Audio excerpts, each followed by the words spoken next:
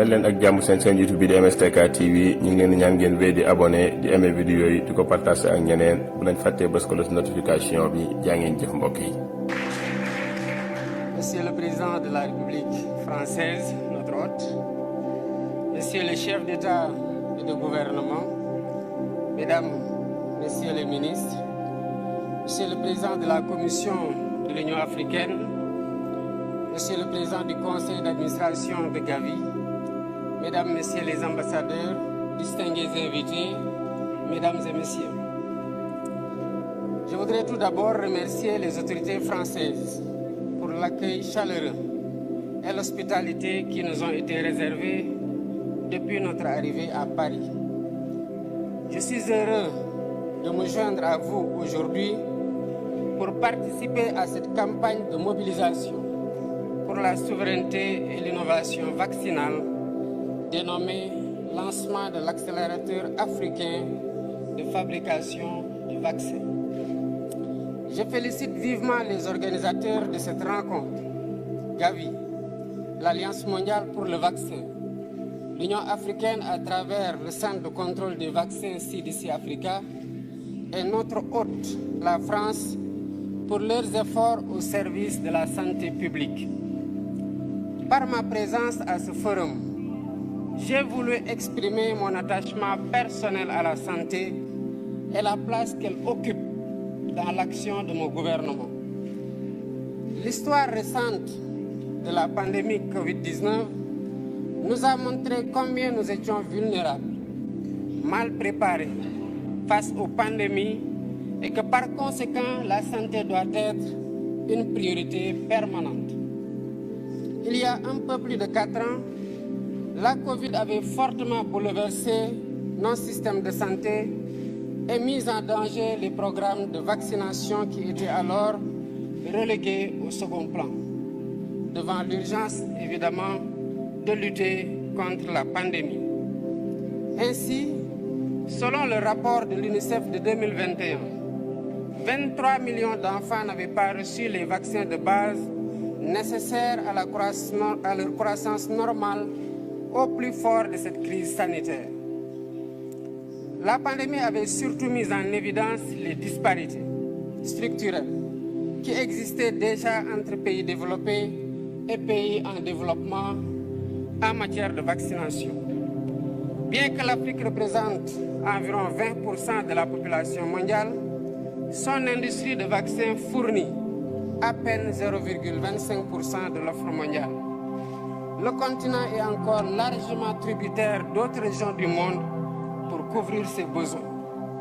C'est dire l'immensité de la tâche qui reste à accomplir pour la souveraineté vaccinale de l'Afrique.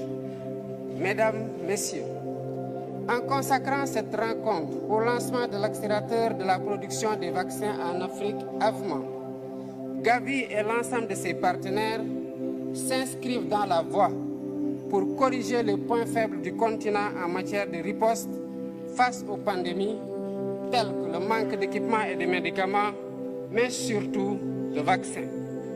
Nous avons vécu cela pendant la pandémie Covid-19 avec l'arrivée tardive et en nombre insuffisant des vaccins. Un des défis majeurs pour l'Afrique aujourd'hui, c'est de produire des vaccins, des médicaments et diagnostics, mais également d'accéder aux plateformes de commercialisation pour participer pleinement à la lutte contre les menaces sanitaires futures. C'est une volonté politique de l'Afrique et nous invitons tous les partenaires à soutenir cet agenda qui constitue une priorité au même titre que les autres priorités liées notamment aux situations de guerre ou de changement climatique. L'Afrique a les capacités de production locale de vaccins. Des pays pionniers s'y sont engagés, dont le Sénégal avec l'Institut Pasteur de Dakar. Je rappelle que cet institut existe au Sénégal depuis un siècle et qu'il a une expérience quasi centenaire dans la fabrication de vaccins. L'Institut Pasteur de Dakar a fabriqué son premier vaccin contre la fièvre jaune en 1937. Ce même vaccin a reçu la préqualification de l'OMS en 1966, donc depuis plus de 50 ans. Dans la perspective de la consolidation de ces acquis et de la réalisation de l'objectif de l'Union africaine de produire sur le continent 60% des vaccins utilisés sur place d'ici 2040, l'Institut Pasteur de Dakar a initié, avec le soutien du gouvernement sénégalais, un ambitieux programme de développement industriel estimé à 252 millions de dollars. Ce programme vise à maîtriser toute la chaîne de valeur en matière de production pharmaceutique, depuis l'identification des besoins jusqu'à l'utilisation des produits par les bénéficiaires. La réalisation de ces infrastructures et l'acquisition des équipements sont en cours de finalisation. Le site du vaccinopole de Diamniadio, qui constitue une des entités de ce programme, aura une capacité de production annuelle de 3 millions de doses de vaccins de routine, épidémiques ou pandémiques, et utilisera les 3 plateformes technologiques dont l'ARN messager.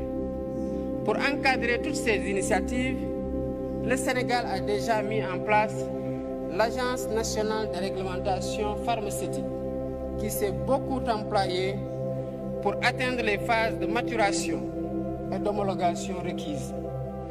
Tout ceci n'aurait pas été possible sans un surcroît d'efforts dans la mobilisation des ressources pour le financement de la recherche, de l'innovation et des infrastructures de santé.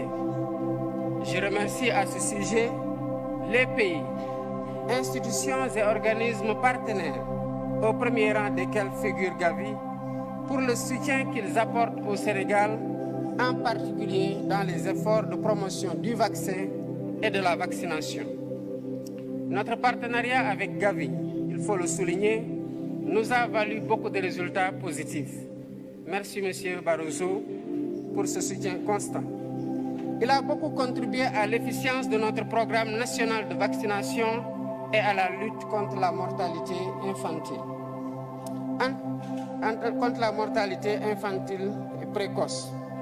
Je sais que Gavi fait la même chose dans d'autres pays avec des rendements aussi appréciés en matière de prévention sanitaire, de prise en charge médicale adéquate et de lutte contre la mortalité précoce. En tant que pivot essentiel de la solidarité et en reconnaissant des immenses services qu'il rend aux pays bénéficiaires, Gavi mérite le soutien continu de la communauté internationale.